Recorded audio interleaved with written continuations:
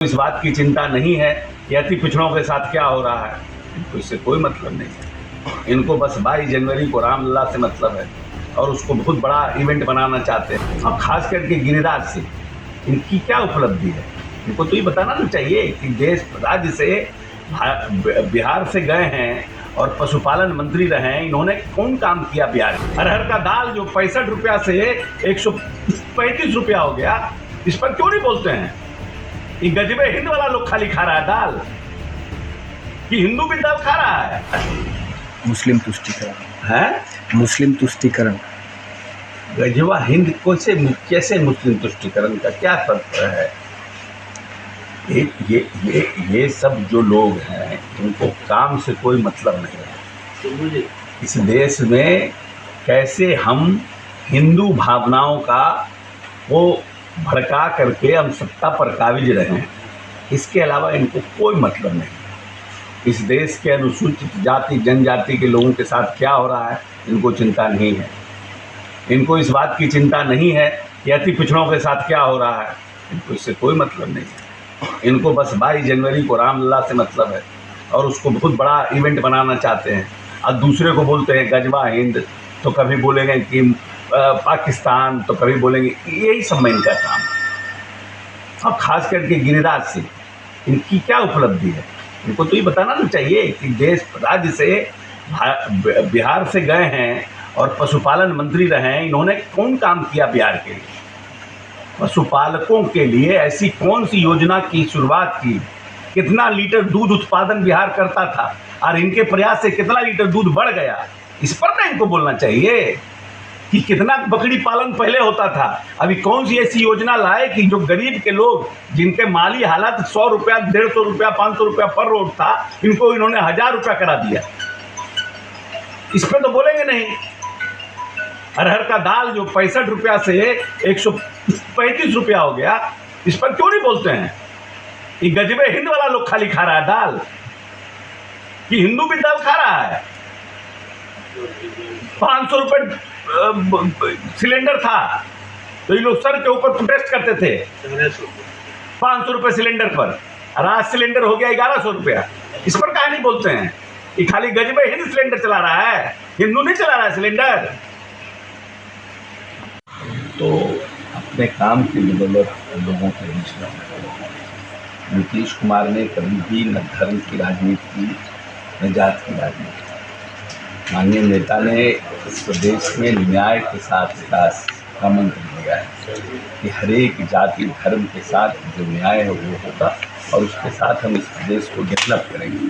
और आप लोगों को जान के प्रसन्नता होगी कि आज बिहार 10.9 लगभग 11% के आसपास विकास दर से आगे बढ़ रहा है। देश में तीसरा सबसे तेज गति से बढ़ने वाला राज्य हुआ है। जो डेवलप्ड स्टेट्स थे, जो राज्य पहले से डेवलप था, उनकी बात अलग है। वो तो गुजरात है, आंध्रा है, महाराष्ट्र है, ये सब। लेकिन बिहार हमेशा से बीमारू राज्य के श्रेणी में रहा। उसके बावजूद भी सबसे तेज गति से सभी 10 साल में देखिएगा तो बिहार सबसे तेज गति से आगे बढ़ा है। तो अपने कम संसाधनों के साथ जो हमारी वित्तीय व्यवस्था रही नीतीश कुमार जी के नेता की, उसके साथ हम लोग अपने सीमित संसाधनों में भी आगे बढ़ने का काम कर रहे हैं। जबकि बिहार पर स्क्वायर मीटर में दुनिया का सबसे डेंस पॉपुलेटेड प्रदेश है, पूरी दुनिया का। और जनसंख्या निश्चित रूप से बहुत ज़्यादा हमारे यहाँ। उसके बावजूद भी हमारे पास जो सीमित संसाधन है उसमें जाति धर्म से ऊपर उठ करके इस प्रदेश को आगे बढ़ाने का हम काम कर रहे हैं कि हम न्याय के साथ विकास करना चाहते हैं। इस प्रदेश में वैसे कौन से लोग हैं जो इस प्रदेश में अंडा बेचने का काम करते हैं? जो लोग सब्जी बेचते हैं वो किस जाति से आते हैं? जो साइकिल की रिक्शा चलाते हैं वो किस जाति से आते हैं? कौन लोग हैं और उनके लिए क्या योजना बननी चाहिए?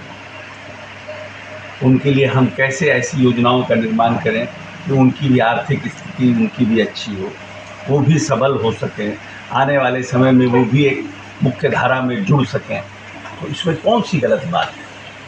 अगर किसी गरीब के लिए सरकार चिन्हित करना चाहती है कि कौन व्यक्ति किस जाति का है और उस जाति के लिए हम आने वाले समय में क्या कर सकते हैं, तो हमें संविधान में तो समानता का अधिकार है ना। समानता जानने के लिए, समानता का प्रयास करने के लिए अगर कोई नई नई योजना का निर्माण अगर नहीं किया जाता, नहीं किया जाएगा, तो आप क्या जस्टिस करिएगा? आज आज़ादी के 70 साल बाद जो सुअर के बच्चे के साथ जो लोग सो रहे हैं, उनके लिए आप 70 साल में कोई काम नहीं कर पाए और भविष्य में उनके लिए आप काम करना चाहते हैं, जो बकरी के बच्चे के साथ सो रहा है, तो इसमें सरकार क्या इसमें दोषी है? और क्यों ये लोग मना कर रहे हैं? ये मना करने वाले लोग कौन हैं? क्यों नहीं चाहते हैं कि वो लोग आगे बढ़े? कह रहे हैं कि हम न्याय के साथ विकास करना चाहते हैं। इस प्रदेश में वैसे कौन से लोग हैं जो इस प्रदेश में अंडा बेचने का काम करते हैं? जो लोग सब्जी बेचते हैं वो किस जाति से आते हैं? जो साइकिल की रिक्शा चलाते हैं वो किस जाति से आते हैं? कौन लोग हैं और उनके साथ उनके लिए क्या योजना बननी चाहिए? उनके लिए हम कैसे ऐसी योजनाओं का निर्माण करें कि उनकी भी आर्थिक स्थिति उनकी भी अच्छी हो, वो भी सबल हो सकें, आने वाले समय में वो भी एक मुख्य धारा में जुड़ सकें, तो इसमें कौन सी गलत?